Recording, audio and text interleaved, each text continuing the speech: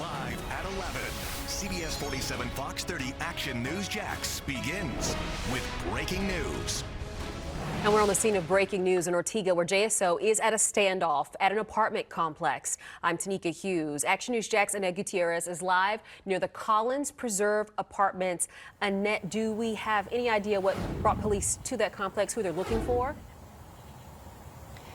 Tanika, I actually just got off the phone with someone who called us about saying they heard police saying Rashad Murphy's name. Now, he is one of the suspects that police told us earlier they are looking for in connection with Julio Foolio's murder. And actually, while I've been here, I've heard police over the megaphone saying, come out with your hands up. Police is here. We don't want to harm you right now. This is everything that I'm hearing. I tried to videotape it, but it's a little hard to hear. But in this time that I've been here, we've actually seen a lot of JSO officers pull into this apartment complex. And I also saw the SWAT command center enter. And we also have a few JFRD crews, what appears to be on standby. And also I did speak with a neighbor who said they've been here for several hours telling Julio Foolio's suspect to come out. And again, that neighbor told me over the phone that it sounds like his family is here. They're telling him to come out. They want him to just put his hands up and surrender himself to the police. Again, this is all developing right now. We have reached out to JSO for more information, and we also have reached out to JFRD if there have been any transports. Again, this is developing. Of course, as we get more information, we will update you on air and online. But for now, for local coverage you can count on, reporting live in Ortega, Annette Gutierrez, Action News Jax. We'll definitely stay on top of that. Thanks, Annette. Well, right now, police are searching, as you mentioned, for the remaining suspects in the murder of Charles Jones, a Jacksonville rapper known as Julio Foolio. You're looking at surveillance video of what police describe as shooters ambushing him at a hotel in Tampa, where he was celebrating his 26th birthday on June 23rd. These individuals have chosen lives of urban terrorism, and with their arrests, we show Tampa, Jacksonville, and the rest of Florida, the rest of this state, that we hold violent criminals accountable. Right now, police are looking for Davion and Rashad Murphy. As we just told you, police are in a standoff with a person with that name in Ortega right now, according to people who've contacted Action News Jax. Both Murphys face murder, conspiracy to commit murder, and attempted murder charges. 3 other suspects were arrested over the weekend in Jacksonville. You heard the sheriff mention those arrests, and he joined Tampa's police chief to announce the arrest and also share this video. Driver, open the car door. Let me see your hands. Put your hands behind your back. Stay there. Don't move. Turn around. Put your hands behind your back. All 3 suspects were arrested by JSO without any shots fired.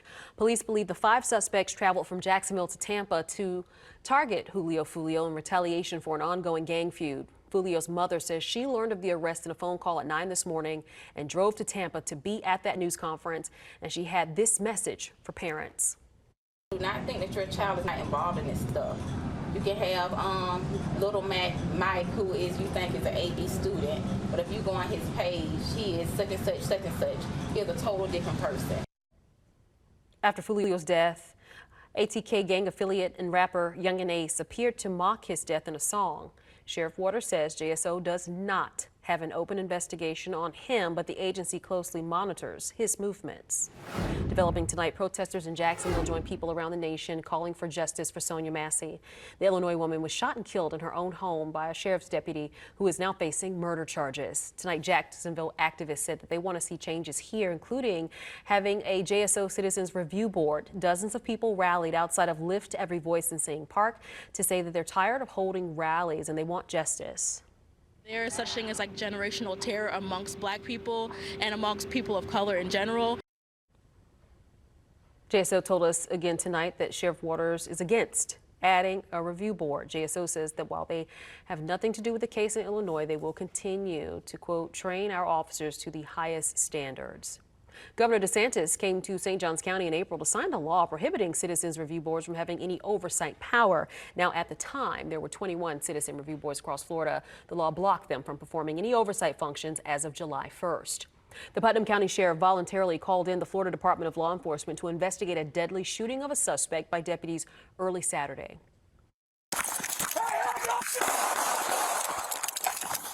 Body camera video shows 3 Putnam County deputies shoot an armed carjacking suspect. Sheriff says they got a 911 call about the carjacking Friday night.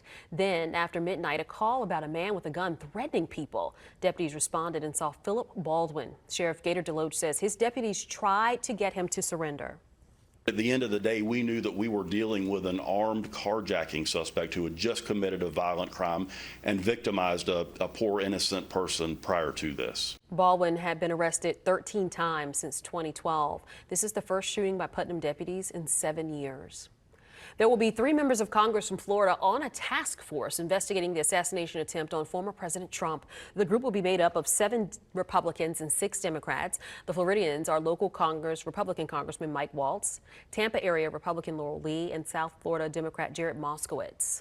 We are just 98 days until Election Day across the nation, and tomorrow we'll have a better idea of how Florida voters are leaning on the candidates and the key issues. Tomorrow morning, the University of North Florida will share results of a poll of Florida voters. It will look at the presidential race between Donald Trump and Kamala Harris, and the U.S. Senate race between Rick Scott and Debbie McCarcel-Powell, as well as Amendment 1 to make school board races partisan, Amendment 3 legalizing adult recreational marijuana use, and Amendment 4 making abortion access a constitutional guarantee in Florida. And we're going to take a look at those poll results starting at 5 a.m. on Action News Jax this morning.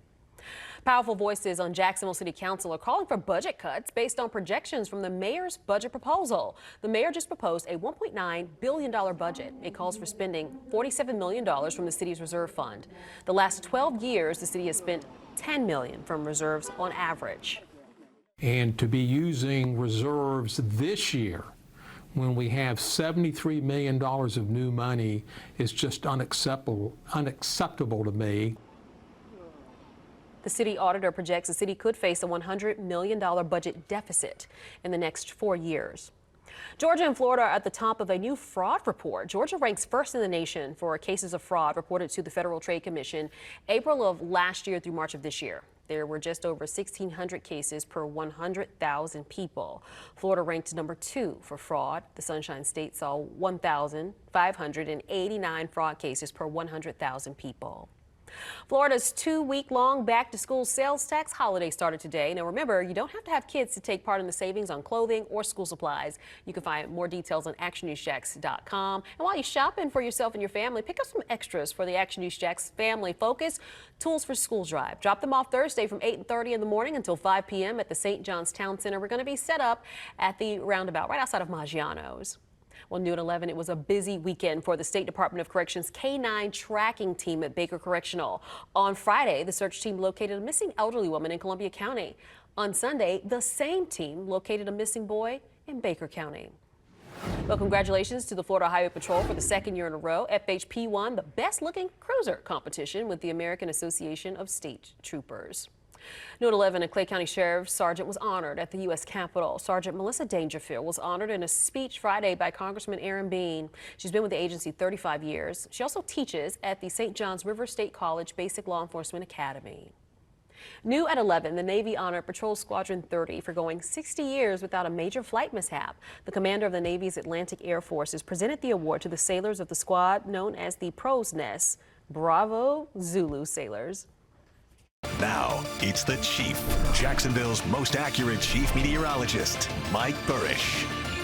And we continue to track just a couple of showers and thunderstorms in a few spots to the north of Jacksonville and the tropics right now, which there's a disturbance to watch, but I'll tell you what, this thing is awfully weak right now, as we've been talking about for some time. But the orange shading is where it has the potential, at least, to develop some. Sitting out here over the central Atlantic, it'll move west-northwest bound, and this is where conditions become more favorable, not until about Thursday and Friday. So we've got plenty of time to watch it. The forecast models are at odds with one another, and even amongst themselves, too, when it comes to each model run. So there is a lot here to still kind of figure out what's exactly going to happen. But the GFS American model shows a weak tropical wave and just some increase in rainfall. While the European model is at least a bit stronger, has had a tendency to be much stronger recently, but not now, showing perhaps a tropical storm in the vicinity of the Bahamas.